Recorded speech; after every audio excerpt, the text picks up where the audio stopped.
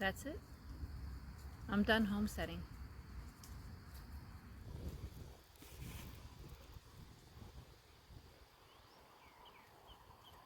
And honestly, that was me about 3 weeks ago.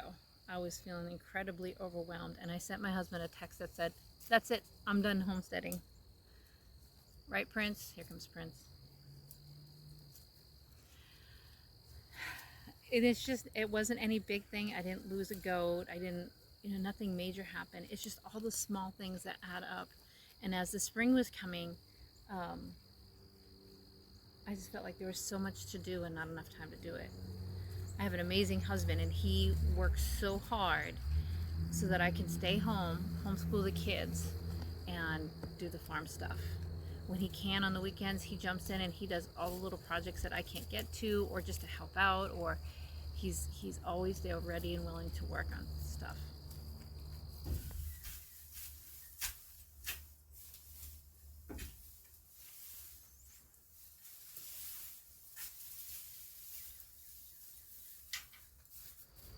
I will tell you, the last few weeks have not been easy.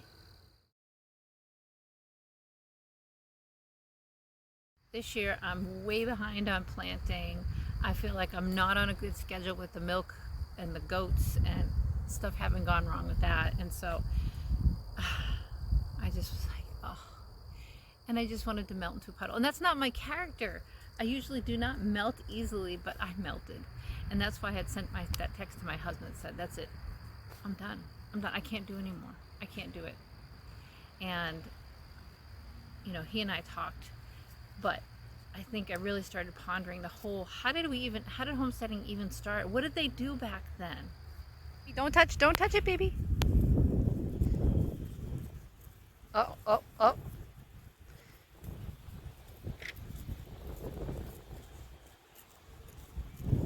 Here's a thought, and this is what I thought about. Way back when homesteading started, this was in 1862, the Homesteading Act, brief history.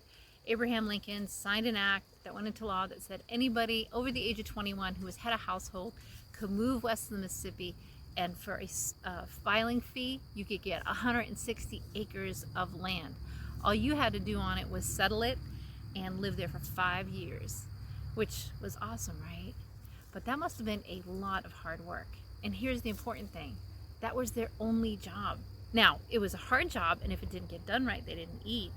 And so that's not us today. If we don't grow it, we can go to the supermarket and pick it up. However, that was hard work.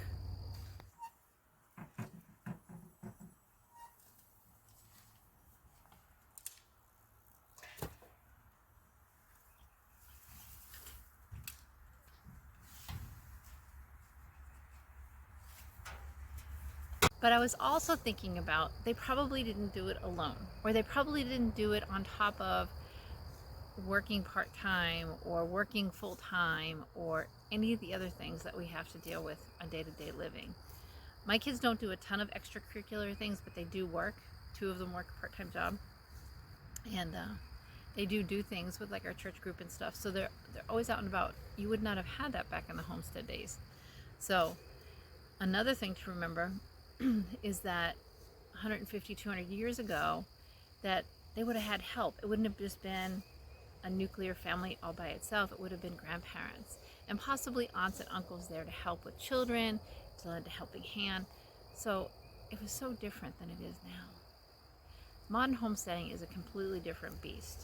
But this is what I know. I know that there are going to be times that I just feel like I can't do it, and you hit a wall. But why should that be any different than anything else that I do in my life? I've hit walls in different areas of my life before, in parenting and jobs and schooling. Like, why should this be different?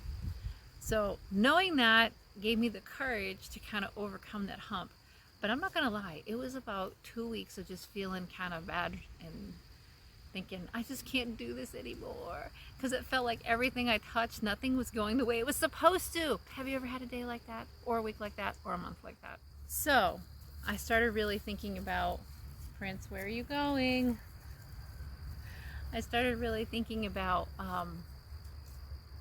why it is I felt overwhelmed, and to remember that homesteading is a lifestyle, And just like every other lifestyle, it has its great moments and it has its not so great moments.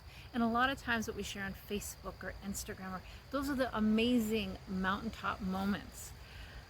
But I think it's important to also share those hard times too.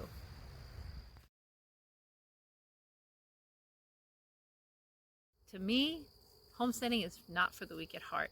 And when you're considering homesteading, you definitely need to consider, do I have what it takes to make it through those hard times? Because they're going to come, I promise you. And I will tell you, yes, you can. And then the second question always is it worth it?